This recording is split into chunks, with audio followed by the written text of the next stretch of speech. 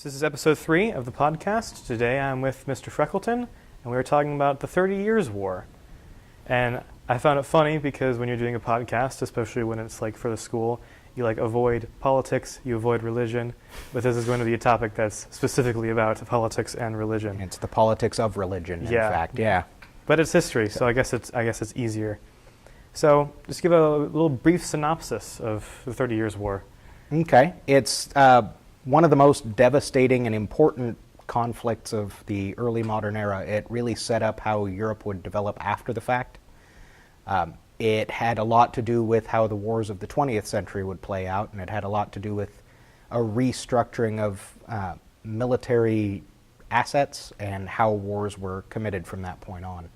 It was a very painful learning curve for everybody who was involved. And it was prompted by the religious unsettlement of the Protestant Reformation, and then it promoted several more centuries of religious conflict as a result. So it didn't actually solve any of the issues it set out to solve. It's a misunderstood war because it's very difficult to figure out who won and if anybody won, what they won. If anything, you could say the French won, even though they weren't an original combatant. I mean, it did go on for 30 years. It is kind of hard to pick someone. I did a little bit of research. In the research, it's there's generally, according to what I found, there's generally 4 stages of it, of where, these two people and then these two people fight and then those two people fight. But the people, attacker and defender, those two sides, they changed a lot. Very much so. So who are the starting fighters? At the beginning of the conflict in 1618, it was a rebellion of the Bohemians against the Holy Roman Empire. You had the Bohemians, who were sort of the Protestant side, versus the Holy Roman Empire and the Emperor, who was represented the Catholic authorities. The situation developed because in the middle of the 16th century, the Peace of Augsburg was supposed to settle religious conflicts in Germany by saying every prince got to choose the religion of their people between Lutheran and Catholic, but only those 2 options. That was a problem because people didn't get to choose individually. They had to follow their prince. And there were only 2 available options, which did not represent the breadth of religious expression at the time.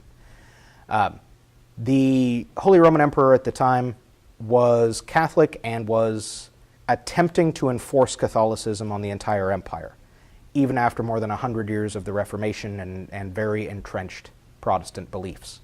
This led to a rebellion in Bohemia, which had been Protestant for a very long time. The Catholic authorities sent 2 commissioners to Bohemia to negotiate some kind of peace, and the Bohemians threw them out of a 4th-story window. Oh. It's called the defenestration of Prague. Defenestrate means to throw someone out of a window. It's also the 2nd defenestration of Prague, and it happened once before. This led to a declaration of war by the emperor on the Bohemians. The Bohemians, in response, elected a new king of Bohemia in the form of the Calvinist Protestant Elector of the Palatinate in Western Germany. It's a big title. Yeah, he was a very important man. Unfortunately, he was no kind of general or leader of men. The Protestant cause was crushed really rapidly by the Catholics. The Battle of White Mountain in 1820 should have made it the 18 Months' War. Only a few months of conflict, well, a year and a half, roughly. The Protestant cause seemed to have been crushed. The Bohemians sued for peace. The Emperor, Ferdinand, had everything his way and yet continued to persecute Protestants against the advice of his own leaders and military advisors, which prompted the 2nd round of the war. So the 1st round is really just the Bohemian uprising and the defeat of the Protestant cause. And I just want to clear this up. Bohemia, that's in Czech Republic? Is that correct. Where it is? It's the modern-day Czech Republic. Okay.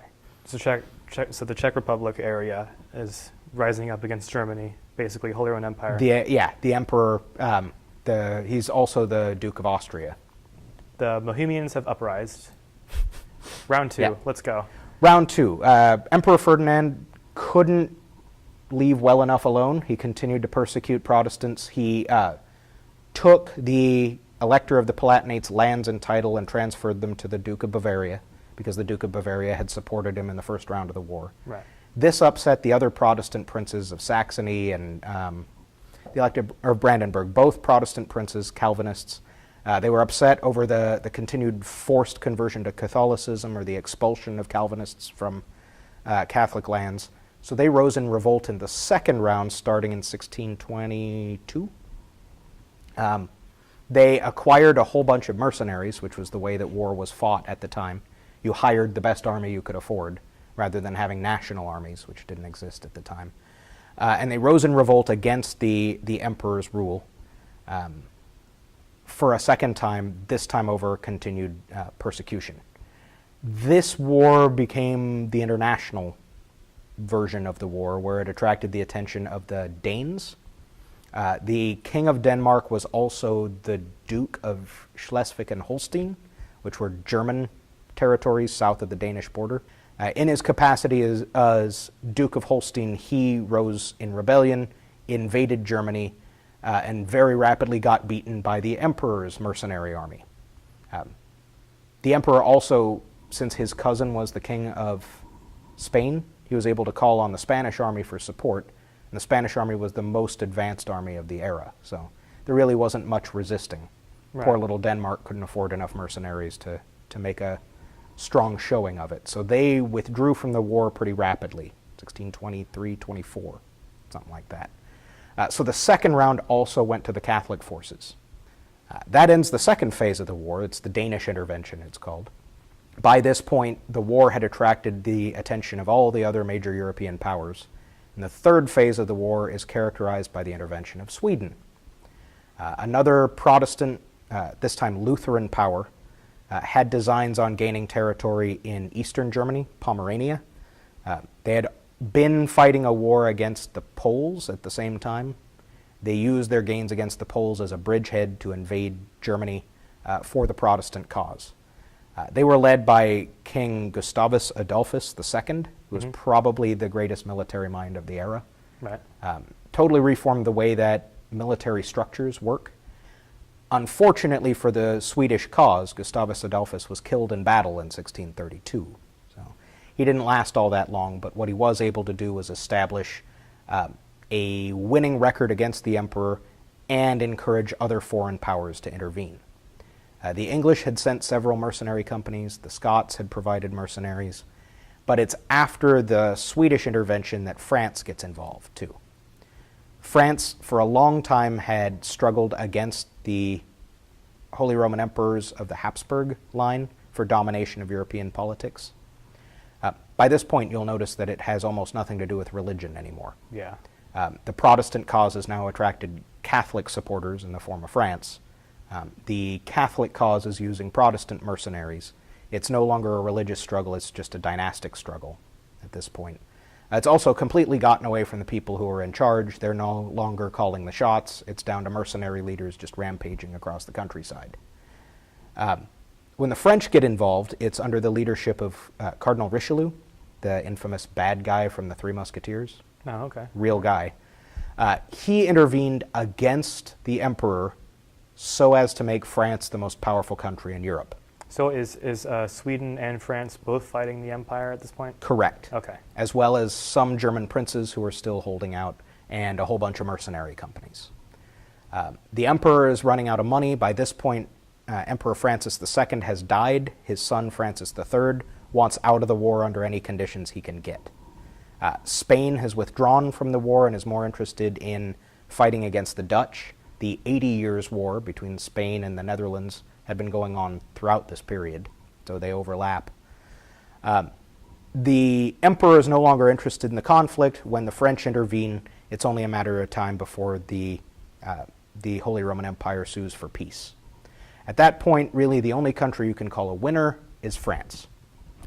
Sweden had established an empire and had to be taken seriously as a world power, but they hadn't gained any territory, and their golden boy king had been killed in battle, so they lost as much as they gained.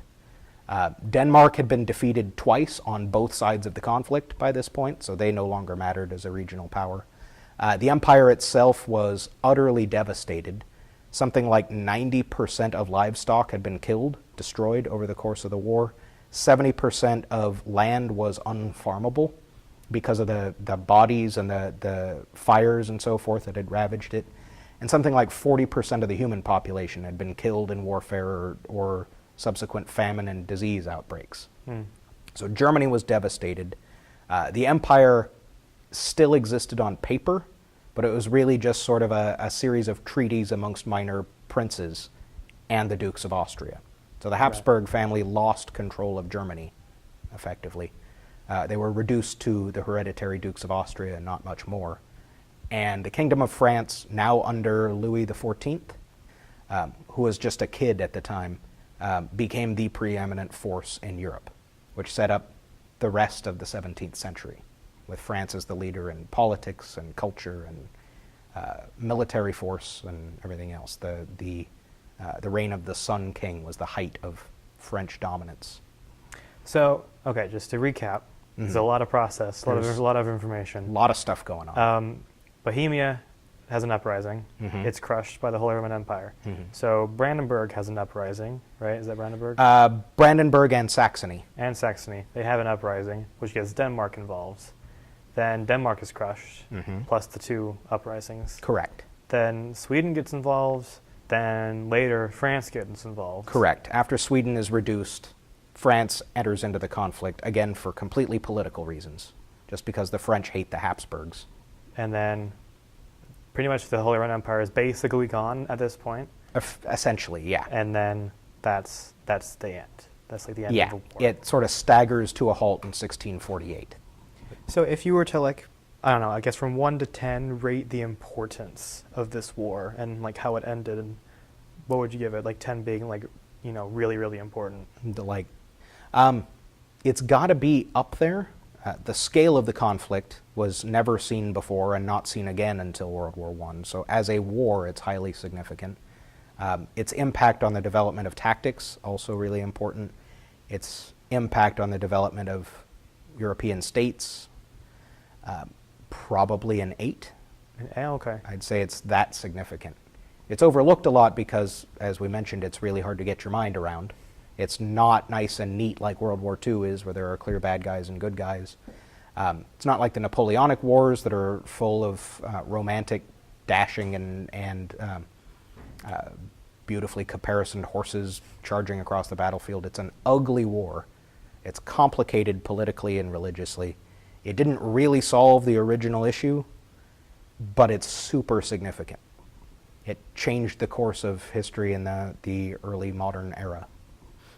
The other consequence of the 30 Years' War that actually gets more play in the media is that it was so disruptive to society and so agonizing for individuals that it prompted an uptick in witch hunts and witch trials.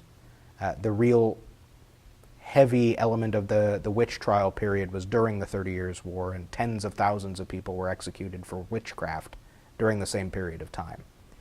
It's sort of a psychological impact of the conflict. Things were so disturbed, things were so dangerous that people were looking for any kind of force to blame, and often focused on witches.